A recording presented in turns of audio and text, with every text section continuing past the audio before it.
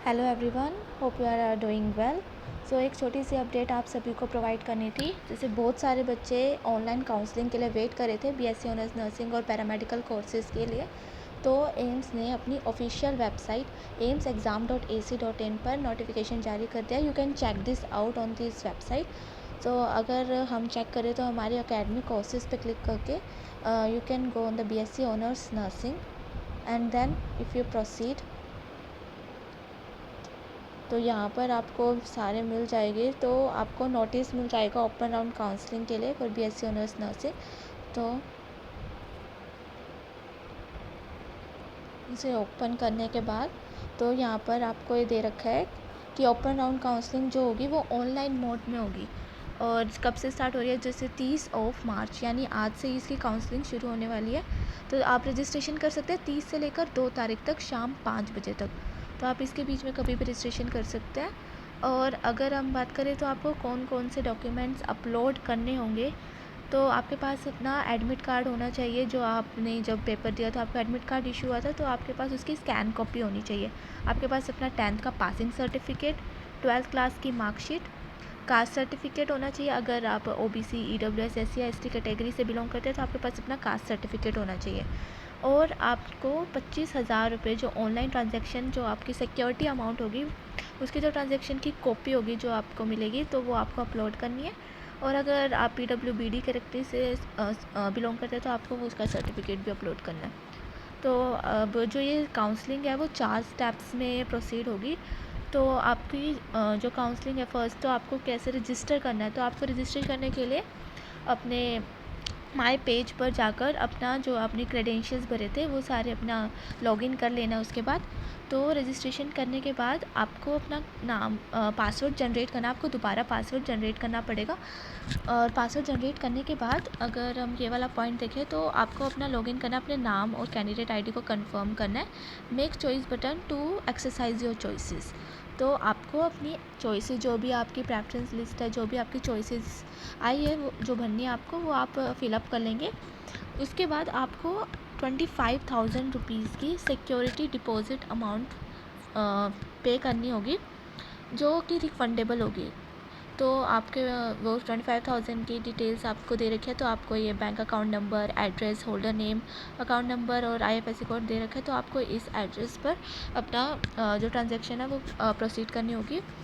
और अगर उसके बाद देखें तो आपको मतलब इस ट्रांजैक्शन का प्रिंट आउट लेना होगा। और वो जो प्रिंट आउट होगा वो आपको जो अगले स्टेप में जो आपको स्कैन कॉपी करनी है रिक्वायर्ड डॉक्यूमेंट्स की, जो मैंने अब मेंशन बताए थे, वो सारे डॉक्यूमेंट्स आपको अपलोड करने हैं।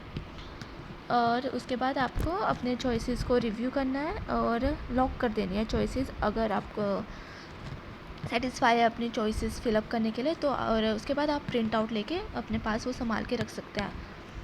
उसके बाद अगर हम डॉक्यूमेंट्स जो होने चाहिए, अगर आपका पास कोई आप कोई सी कास्ट से बिलोंग करता है, ओबीसी या ईडब्ल्यूएस सर्टिफिकेट जो कास्ट है, तो आपके पास जो ओबीसी का सर्टिफिकेट होना चाहिए वो सेंट्रल गवर्नमेंट फॉर्मेट में होना चाहिए। ये नहीं आपका स्टेट का वैलिड नहीं होगा, तो आपको सेंट्रल गवर्नमेंट फॉर्मेट में होना चाहिए।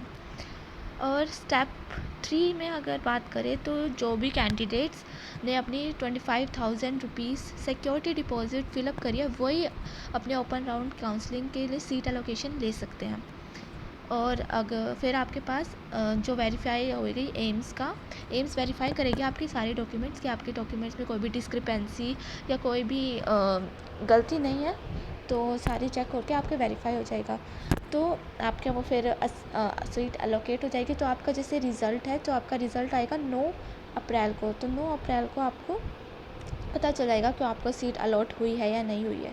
तो आपको सीट अलॉट हो गई है तो आपको रिपोर्ट करना होगा अपने जो भी आपको अलॉट हुआ है एम्स, वहाँ पे जाके रिपोर्ट करना होगा। अगर आप रिपोर्ट नहीं करते हैं तो आपकी जो 25,000 आपने as a security deposit fill up करी थी, पे करी थी, वो आपकी फोर्टिफाइड हो जाएगी, आपको रिफ़ंड नहीं की जाएगी। तो इस बात का ख्याल रखना है।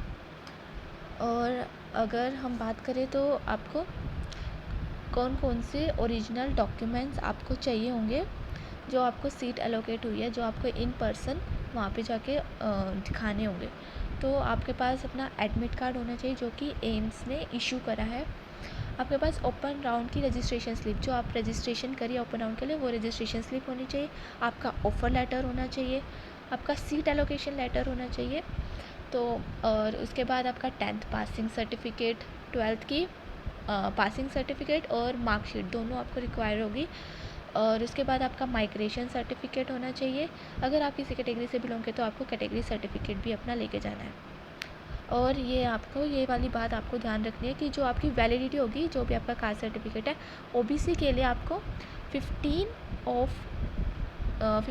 Of July 15th of June 2020 से लेकर 28th ऑफ दिसंबर 2021, तो आपको इस डेट के अंदर ही आपके जो सर्टिफिकेट है वो ओबीसी कैटेगरी से बिलोंग करता है, इस डेट के अंदर अंदर होना चाहिए। अगर आपकी डेट थोड़ी भी ऊपर नीचे है तो मे बी वो आपका वैलिड नहीं होगा। तो आपको इस बात का ध्यान रखना है कि आपका सर्टिफिकेट की डेट होनी चाहिए। और ईडब्ल्यूएस कैटेगरी के लिए 1 अप्रैल 2021 से 28 दिसंबर 2021 तक आपका सर्टिफिकेट वैलिड है। तो अगर आपकी डेट इसके अंदर रेंज में वैरी करती है तो आपका सर्टिफिकेट सही है।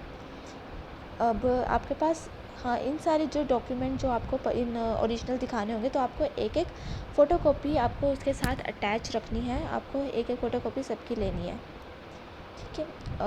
बस यही अपडेट थी, तो आपको ये सारी बातों का ध्यान रखना है। और जो रजिस्ट्रेशन है वो शुरू हो चुकी है, तो आपको जल्दी से अपना जो भी आपकी प्रेफरेंस लिस्ट है उसको बना के अपनी चॉइसेस फिल करनी है ऑनलाइन काउंसलिंग के लिए। और आपकी जो एक और बात बतानी है, जो ऑनलाइन एक्सेप्टेंस होगी एलोकेशन सीट्स की, तो आपको 11 से लेकर 13 अप्रैल के बीच में आपको वो फिलअप करना है। रिज़ल्ट अनाउंस होने के बाद आपको सीट एक्सेप्ट करनी है या नहीं करनी है, तो आपको वो डिसाइड कर लेना। So this is the update. तो आप अपने तैयार होना कि अपने ऑनलाइन काउंसलिंग के लिए। Okay, thank you.